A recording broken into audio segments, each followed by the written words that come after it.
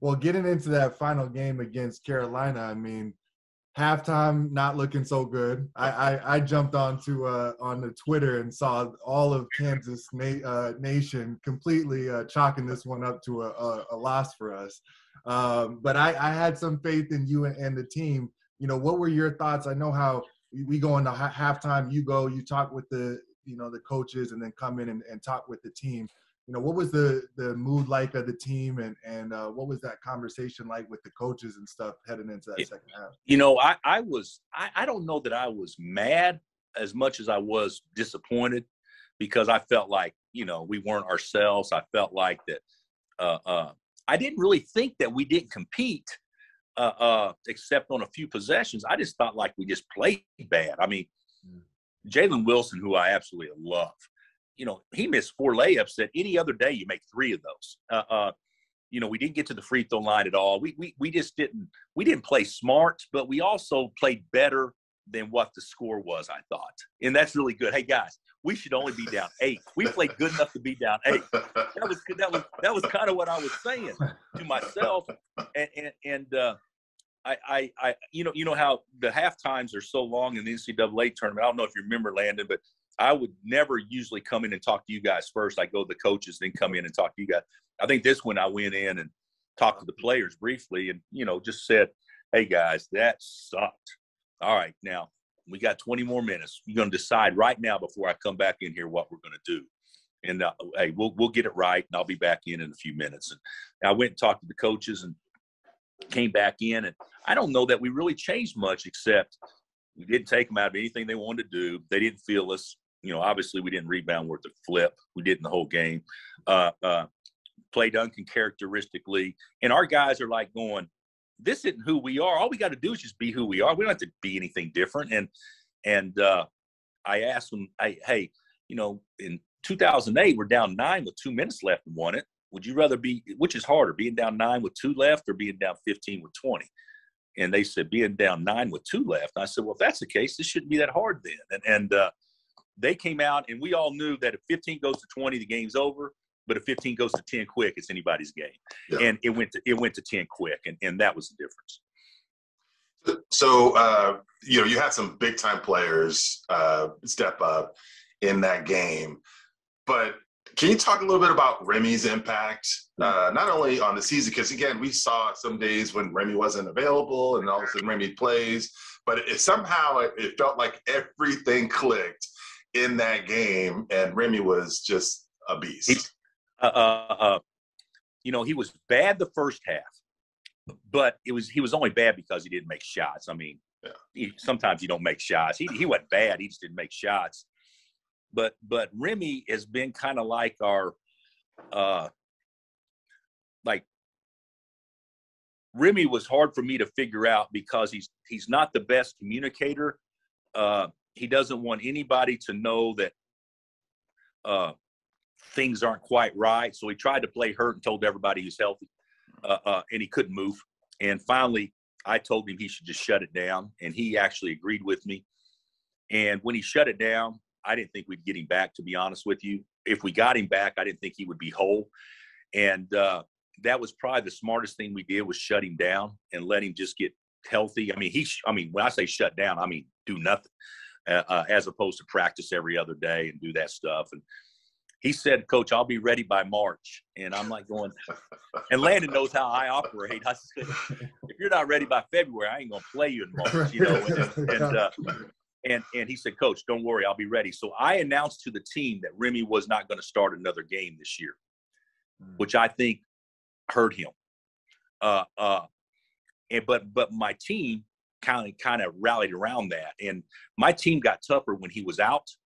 And then when he came back, I think he had to kind of fit into where the team was.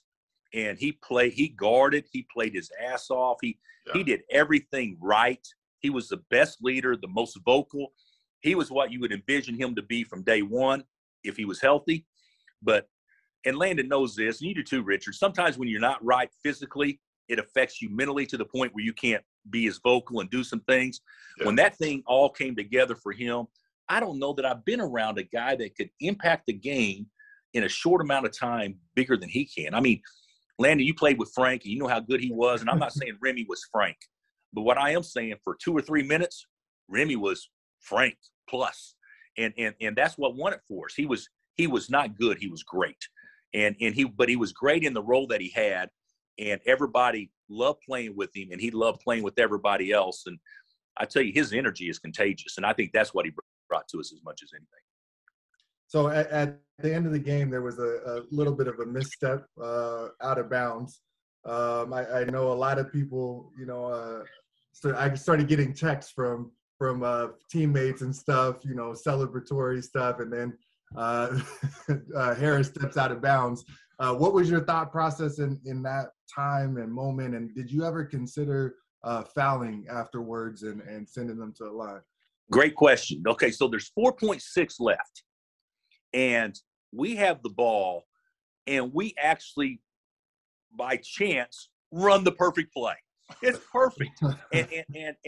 But when Juan came off, and he rounded his curve more than made a sharp cut, because they switched, and he was naked.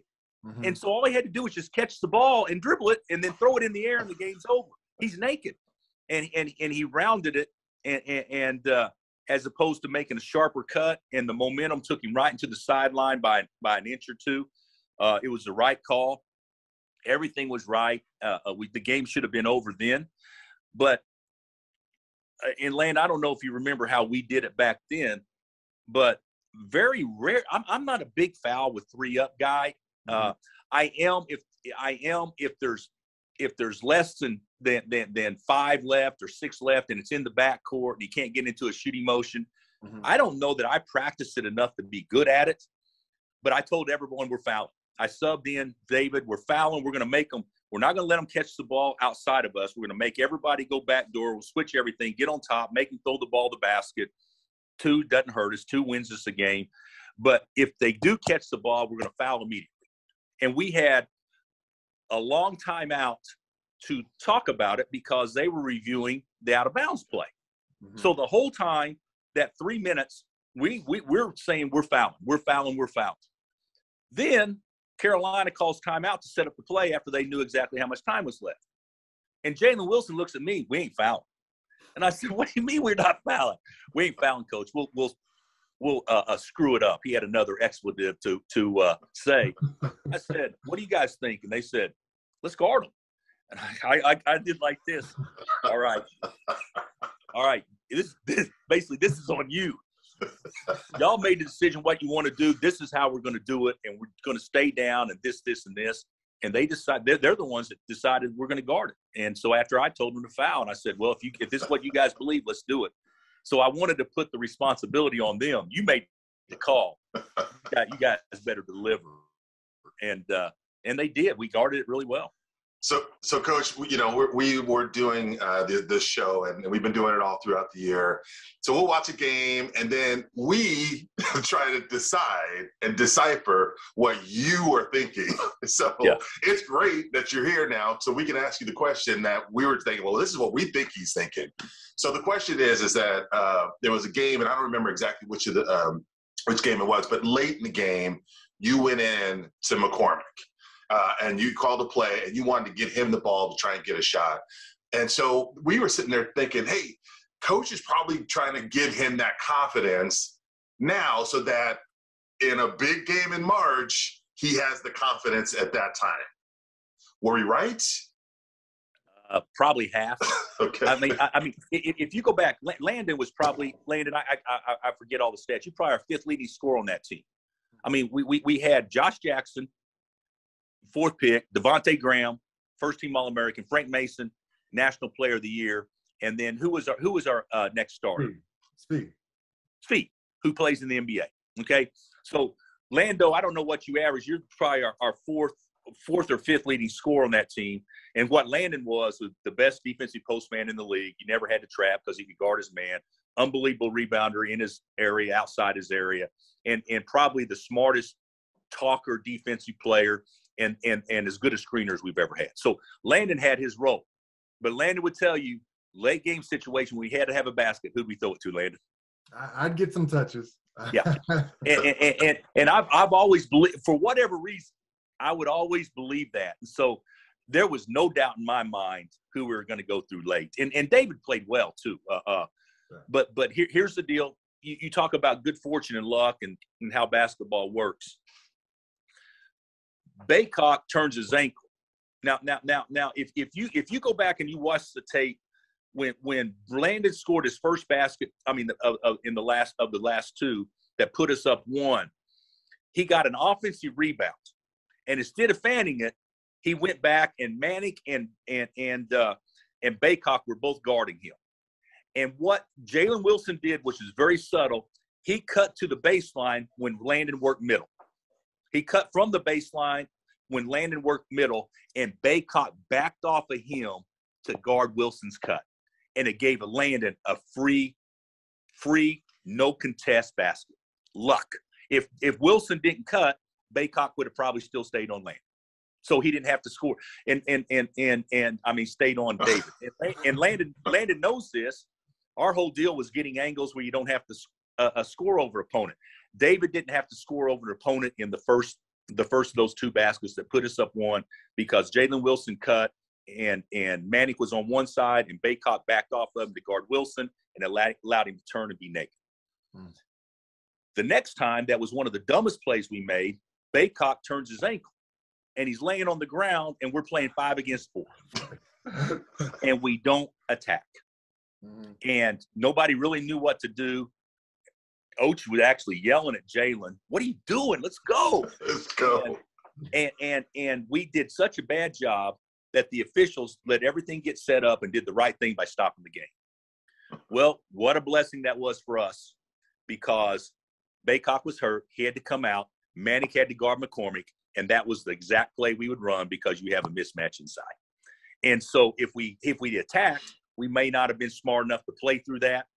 And we were smart enough to play through that. And, of course, David turned and made a beautiful jump hook to not ice it, but basically win the game. So I would say – I like to say good coaching, but also kind of lucky too. Well, after the game, there were a few things. I mean, you got to go celebrate with the players. I saw Dotson, you gave him a hat. You know, what did that mean, you know, for that team that I know didn't get to play in the championship or in the tournament, you know, a very good team, to be able to give him the hat. And then the second part of that question was, after all this, I haven't been a part of a national championship celebratory night. Is there a lot of fun after the game? Do you go out, or do you have some time to recover from a game like that? What is it like after the game? Well, we thought there was time to recover the next week, so we made the most of the opportunity.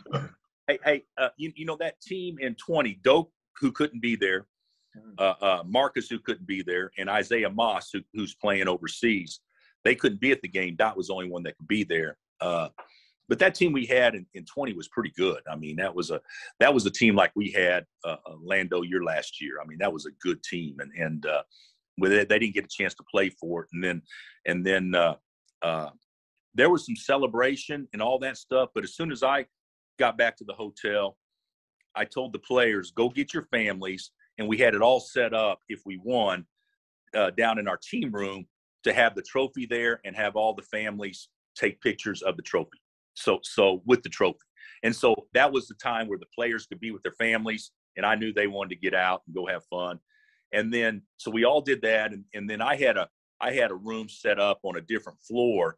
That was a great room for staff, administration, personal friends, all the ex-players. We probably had 30 ex-players there. We had that set up there, and there was about 130 people there, 150, where the trophy was there, and everybody just mingled and hung out. And that mingling and hang out lasted until about 6:30 or 7, and then we went to bed then. So it was fun. It was a great time, kind of a jubilant, but more yet, kind of I don't know. There was kind of a contentment of being totally exhausted. Everybody was, but still yet, you know, having that adrenaline run through you. That was, you know, obviously a very special feeling.